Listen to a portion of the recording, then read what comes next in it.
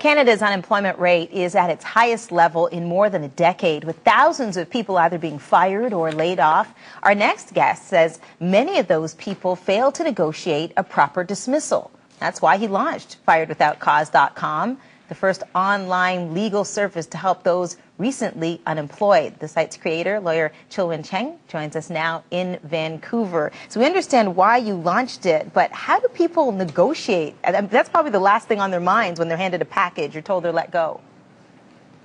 Yeah, that's right. I think people need to understand that they have an employment contract, and what the employer is trying to do is they're trying to end that contract. And there are certain rules that say that if you let someone go, you have to give them reasonable notice. And sometimes that reasonable notice is actually written into the contract. But if it's not, and that's the vast majority of cases, you're entitled to reasonable notice.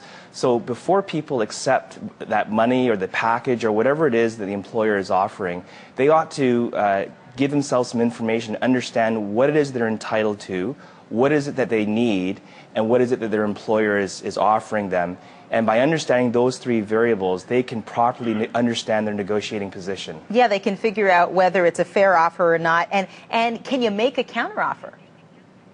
Absolutely.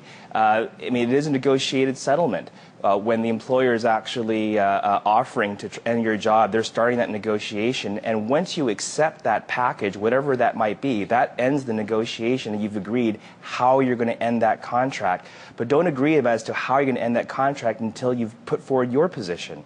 Let's go back to when you've accepted an offer. So if you've accepted an offer, is there any recourse at all, or is it a done deal, that's it?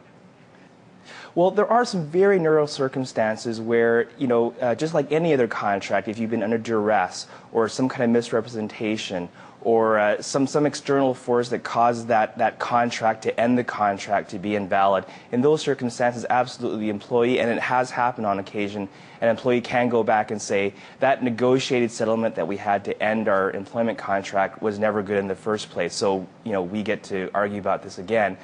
However, if it comes out of your own misunderstanding or own lack of knowledge and you accepted something that maybe you could have been entitled to more when you had the opportunity to find out, that's not really grounds very often to reopen that negotiation. Mr. Cheng, since you've launched this website, what's the #1 mistake that people are talking about? What's the one thing that they're doing that you look at and it sets off alarm bells and you think, nah, not the right way to go?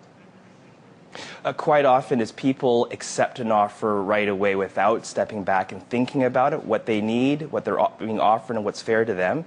And second, the common misconception is that people are entitled to only the statutory minimums under various employment standards legislation. So, in BC, Ontario, and New Brunswick, they all have employment standards around minimum notice periods. But quite often, especially if you've been working for a number of years for the same employer, you'll be entitled to a lot more than just a statutory minimum. And that's a big surprise to most Canadians. Mr. Cheng, good to talk to you. Thanks for joining us. Thank you very much.